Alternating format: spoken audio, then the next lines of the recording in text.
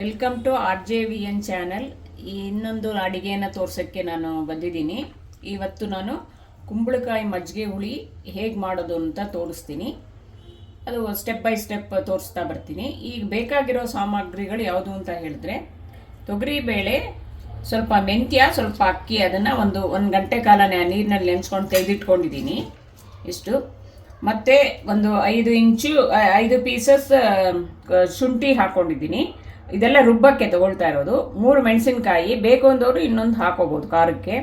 ಮತ್ತು ಸ್ವಲ್ಪ ತೆಂಗಿನಕಾಯಿ ತುರಿ ಮತ್ತು ಜೀರಿಗೆ, ಇದನ್ನೆಲ್ಲ ನಾವು ರುಬ್ಬಿಕೊಂಡು ಈ ನಾನು ಕುಂಬಳಕಾಯಿನ ಬೇಯಿಸಿಟ್ಕೊಂಡಿದ್ದೀನಿ. ಇದು ಅರ್ಧ kg ಅಷ್ಟು ಕುಂಬಳಕಾಯಿ ಇದೆ. ಇದಿಷ್ಟನ್ನು ಬೇಯಿಸಿಟ್ಕೊಂಡಿದ್ದೀನಿ. ಇದನ್ನೆಲ್ಲ ನಾವು ಇದೆಲ್ಲ ರುಬ್ಕೊಂಡು ನಾವು ಇದಕ್ಕೆ ಹಾಕಿ ಆಮೇಲೆ ನಾವು ಊಟ ಮಾಡಬೇಕಾದ್ರೆ ಮೊಸರನ್ನ ಸೇರಿಸ್ಕೋಬೇಕು. ಈಗ ಇದನ್ನು ಹೇಗೆ ರುಬ್ಬಿದ ಮೇಲೆ ಹೇಗೆ ಇದಕ್ಕೆ ಹಾಕಿ ಅದನ್ನು ಕುದಿಸೋದು ಅಂತ ತೋರಿಸ್ತೀನಿ ನಾನು. ಈಗ ಇದನ್ನೆಲ್ಲ ನಾನು ಮಿಕ್ಸಿ ಜಾರ್ಗೆ ಹಾಕೋತಾ ಇದ್ದೀನಿ ರುಬ್ಲಿಕ್ಕೆ. ಇದಕ್ಕೆ ಸ್ವಲ್ಪ ನೀವು ಒಂದು ಸ್ವಲ್ಪ ಅರಿಶಿಣವನ್ನು ಕೂಡ ಹಾಕೋಬೇಕಾಗುತ್ತೆ ರುಬ್ಬಲಿಕ್ಕೆ. ಈಗ ನೋಡಿ, ಇದಕ್ಕೆ ಸ್ವಲ್ಪ ಅರಿಶಿಣನೂ ರುಬ್ಕೊಳ್ಳೋಕ್ಕೆ ಹಾಕೋತಾ ಇದ್ದೀನಿ ನಾನು. ಇವಾಗ ಇದನ್ನು ನಾವು ಬನ್ನಿ ರುಬ್ಕೊಳ್ಳೋಣ. ಈಗ ಇದಕ್ಕೆ ಸ್ವಲ್ಪ ನೀರು ಹಾಕೋತಾ ಇದ್ದೀನಿ, ಇದನ್ನು ಮಜ್ಜಿಗೆ ಹುಳಿಗೆ ರುಬ್ಕೊಳ್ಳೋಕ್ಕೆ.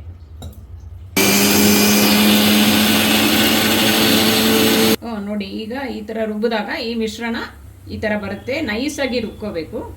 ಈಗ ಇದನ್ನು ನಾನು ಏನು ಮಾಡ್ತೀನಿ, ಬೆಂದಿರೋ ಕುಂಬಳಕಾಯಿಗೆ ಹಾಕ್ತೀನಿ. ಅದನ್ನು ಸ್ವಲ್ಪ ನಾವು ಕುದಿಸ್ಕೋಬೇಕು ಚೆನ್ನಾಗಿ.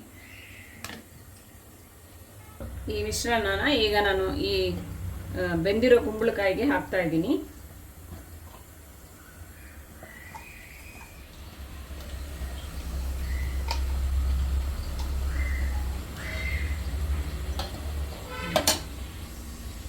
ಇದು ಸ್ವಲ್ಪ ನೀರು ಹಾಕಿ ಅಡಿನಲ್ಲಿ ಈಗ ಇದಕ್ಕೆ ಹಾಕಿದ್ದೀನಿ ಬೆಂದಿರೋ ಕುಂಬಳಕಾಯಿಗೆ. ಇದು ಚೆನ್ನಾಗಿ ಕುದಿಬೇಕು.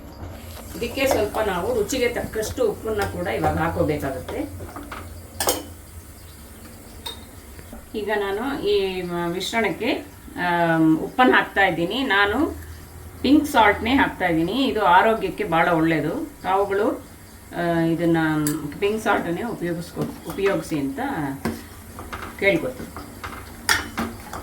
ಇದು ಇವಾಗ ಚೆನ್ನಾಗಿ ಕುದಿಬೇಕು. ಇದು ಚೆನ್ನಾಗಿ ಬಾಯಿಲ್ ಬರಬೇಕು. ಆಮೇಲೆ ಇದೆಲ್ಲ ಆರಿದ ಮೇಲೆ ನಾವು ಮೊಸರನ್ನು ಹಾಕಬೇಕಾಗುತ್ತೆ. ಇದ್ರ ಜೊತೆಗೆ ಈಗ 1-2 ಕೊತ್ತಂಬರಿ ಸೊಪ್ಪನ್ನು ಕೂಡ ನಾನು ಹಾಕ್ತೀನಿ. ಈಗ ನೋಡಿ, ನಾನು ಕೊತ್ತಂಬರಿ ಸೊಪ್ಪನ್ನು ಇದಕ್ಕೆ ಹಾಕ್ತಾ ಇದ್ದೀನಿ. ಕೊತ್ತಂಬರಿ ಸೊಪ್ಪು ಮಜ್ಜಿಗೆ ಹುಳಿಗೆ ರುಚಿಯನ್ನು ಕೊಡುತ್ತೆ. ಇಷ್ಟ ಇದ್ದವ್ರು ಹಾಕೋಬೋದು, ಇದು ಕಂಪಲ್ಸರಿ ಏನಿಲ್ಲ, ಬಟ್ ಹಾಕಿದ್ರೆ ತುಂಬ ರುಚಿಯಾಗಿರುತ್ತೆ. ಈಗ ಇದು ಚೆನ್ನಾಗಿ ಕುದೀತಾ ಇದೆ. ಇದಕ್ಕೆ ಸ್ವಲ್ಪ ನೀರು, ಇನ್ನೊಂದು ಸ್ವಲ್ಪ ನೀರು ಹಾಕಿ ಇದು ಮಾಡೋಣ, ಕೆದಕೋಣ. ನೋಡಿ, ನೀರು ಹಾಕ್ತಾ ಇದ್ದೀನಿ ಸ್ವಲ್ಪ. ಇದಕ್ಕೆ ಗಟ್ಟಿ ಆಗ್ತಾ ಇದೆ.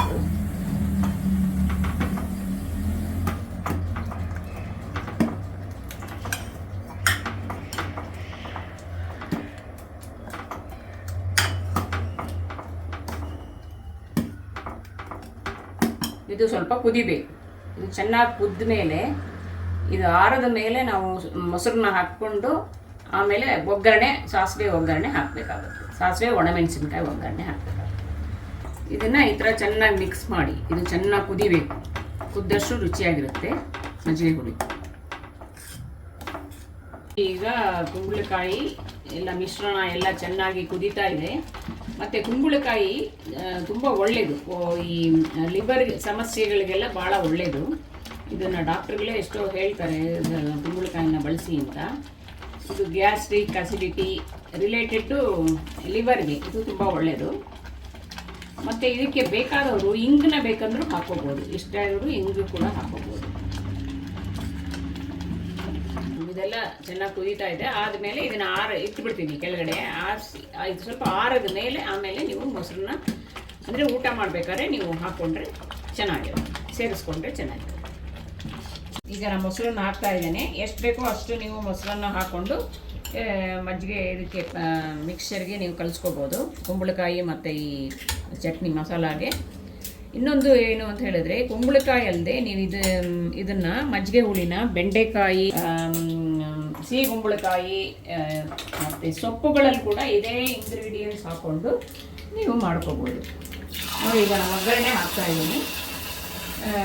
ಒಗ್ಗರಣೆ ಜೊತೆಗೆ ಹಿಂಗೆ ಹಾಕಿದ್ದೀನಿ. ಬೇಕಾದವರು ಒಣಮೆಣಸಿನ್ಕಾಯಿ ಬೇಕಾದ್ರೂ ಸಾಸಿವೆ ಜೊತೆಗೆ ಹಾಕೋಬೋದು. ನಾನು ಹಾಕಲಿಲ್ಲ ಅಷ್ಟೇ.